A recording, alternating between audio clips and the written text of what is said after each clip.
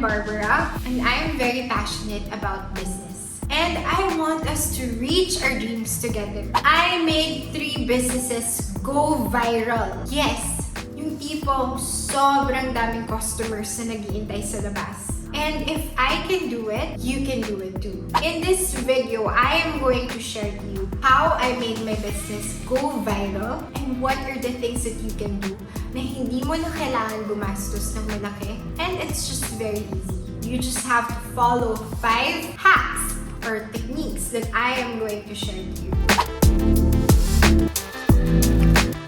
First of all, why do you need to make your business go viral? Well, making it viral means attracting attention to your business, which means that you can have more customers and your business can be successful. And one of my businesses that went viral is the Yard Food Park. Food parks have taken the food industry by storm. Now known as the #coolest food park, they recently opened the Yard at Saviorville. The Yard Food Park is the pioneer food park here in the Philippines. We were the first, and kami yung nagsimula ng trend for the food parks. And the 5 things that you can do to make your business viral. First, you have to make the most out of Facebook ads. So before you can have Facebook ads, you have to make sure that you create a Facebook page, of course. So with the Facebook page, you can post your products there, or you can post promotions or anything under the sun that you think can bring in customers. Whenever you post something, you have to make sure that it is compelling. Ibig sabihin, magkakaroon ng interest yung mga customers pag nakita nila yung post mo. So magdadrive siya ng somewhat intrigue or interest because of the photo that you post together with the caption. Pag nagkaroon ka na ng compelling post and tingin mo you can use this to reach out to customers, you have to boost that post and make use of the Facebook ads like what I just said. How do you do it? Just click the boost, or you have to go to Facebook Ads Manager. And when you boost your Facebook ads, you can target whoever you want to target. Whether gusto nyo na a particular gender, for example, you want to target female, or meron kayong gustong range ng age na gustong i-target, like for example, from 18 years old to 25 years old.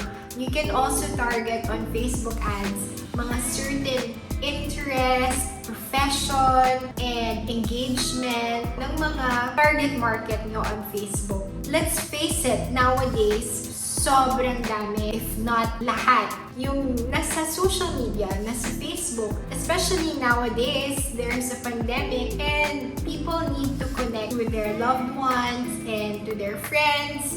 So almost everyone talaga, there are on social media. Or if they're just bored, they go on Facebook. Because of this, you have to take advantage of Facebook and you have to make sure that you have presence in social media.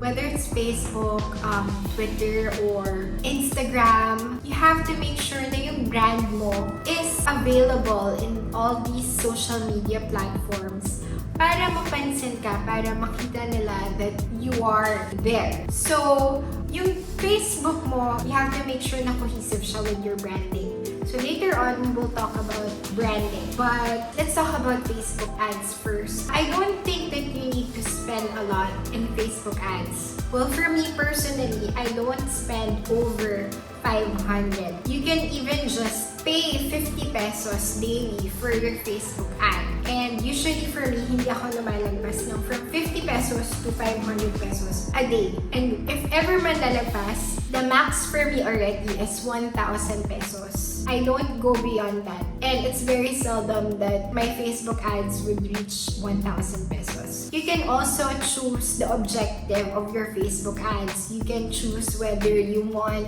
to have more people like your page, or you can choose to have more people be engaged on your post. Or you can choose to have conversion, which is pwede mo i-convert yung mga engagement from your post into a purchase you can lead them to your website. So, maraming pwedeng objective and you can just choose there what you want for your Facebook ads.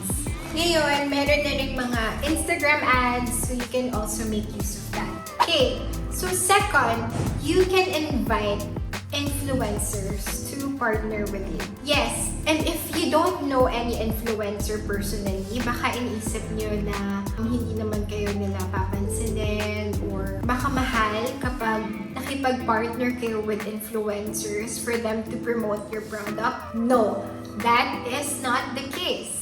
Because actually, you can just message any influencer and have a deal with them, an X deal. So, hindi yun na kailangan magbayad most of the time. Pero for me personally, I don't pay influencers to promote my products. So, this is how you will do it, okay? So, you will message the influencer on their social media. Most of the time, pwedeng Facebook or Instagram. And then, you will also see sometimes nakalagay din yung email address nila on their Instagram. So what you will do is you will just message them, you will let them know what your business is, and you will let them know what your products are. And aside from those, the most important is that you will create a cost for your product and you will let them know about it. For example, you are selling handbags. Pwede mo sabihin yung purpose of why you're selling that handbag, which is you want to support local weavers in the province, which is, for example, dun yung kinukuha or sinusource yung mga products nyo. Pwede nyo yun sabihin sa influencer because then you are going to encourage them to also support that cause, to also help that cause. Or aside from that, you can create value to your business or your product by also letting them know, for example, that it is the first in Asia or it is the only one that is present here in the Philippines. So, you're creating that value na gugustuhin din nila ma-experience yung product na meron ka. So, magiging mas compelling para sa kanila na makipag-partner sa'yo because they will be excited to also receive these products and also share it to their followers. When you do that, when you actually message the influencers, don't expect na lahat ng influencers will respond to you. From the 10 that you will message, there will only be about like 3 or 4 influencers who will respond to you. Okay?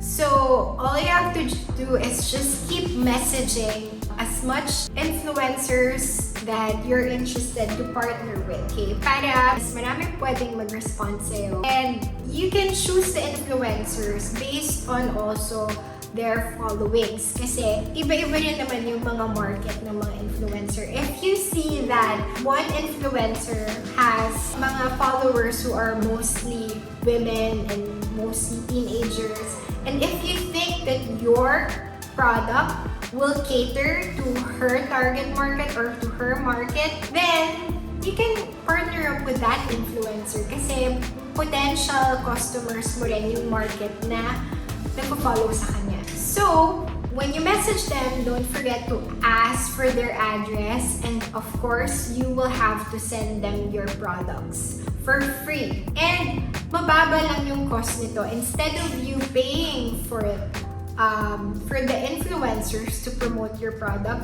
the cheapest way to do it is to send them your products for free. And the most important is to create a cost or value to your product which will make it compelling for the influencers to promote it themselves for free also. The third is to create a hype. So how do you do this? You can create a hype by reaching out to online medias. So with online medias, what I mean is yung mga websites such as When in Manila, Bookie.com, Click the City, so on and so forth. You can actually message them also in Facebook or on their email or on their Instagram, and you can let them know, for example, hindi ka pa nag-open ng business mo but you have this idea or hindi mo pa nare-release yung products mo, or you have an old product that you are improving into something new, before you even release it, you can ask the online medias to create a story about it. Well, how do you make them do this? Again, you have to have this value for your product na sobrang kakaiba, na sobrang different from anything out there. So it has to be a value. For example, you can say that it is the first in the Philippines. It's the only one in the Philippines.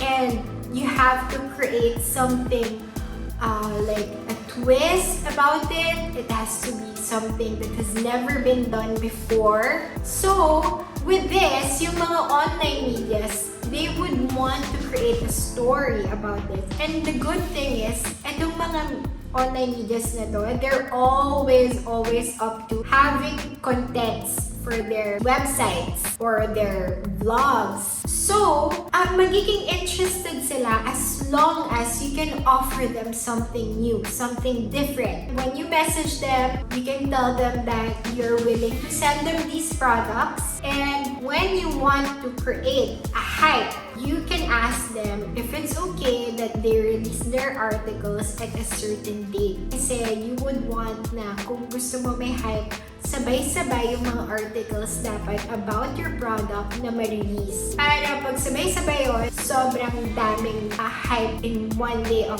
for example, or 1 week, sobrang mag-hype siya. Maraming tao yung mas makakakita ng mga articles na yun. It will be the talk of the town. Okay, so the fourth one is to come up with a unique product. And this is what I just said, it has to be something really different. So if you have, for example, you're selling food, you're selling donuts, you can create this one item that's sobrang kakaiba, sobrang different, so that it can stir interest and can attract people into it.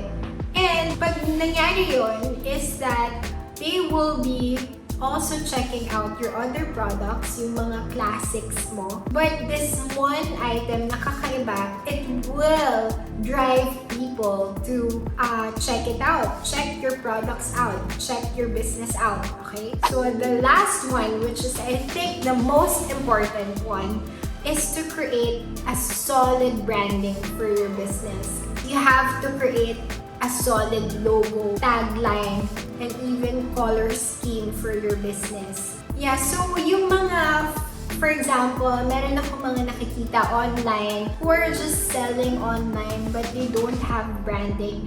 And I think that it's a waste kasi yes, they would get customers online, but the next time that the customers would want to buy, they will not think of this business na walang branding kasi makakalimutan sila.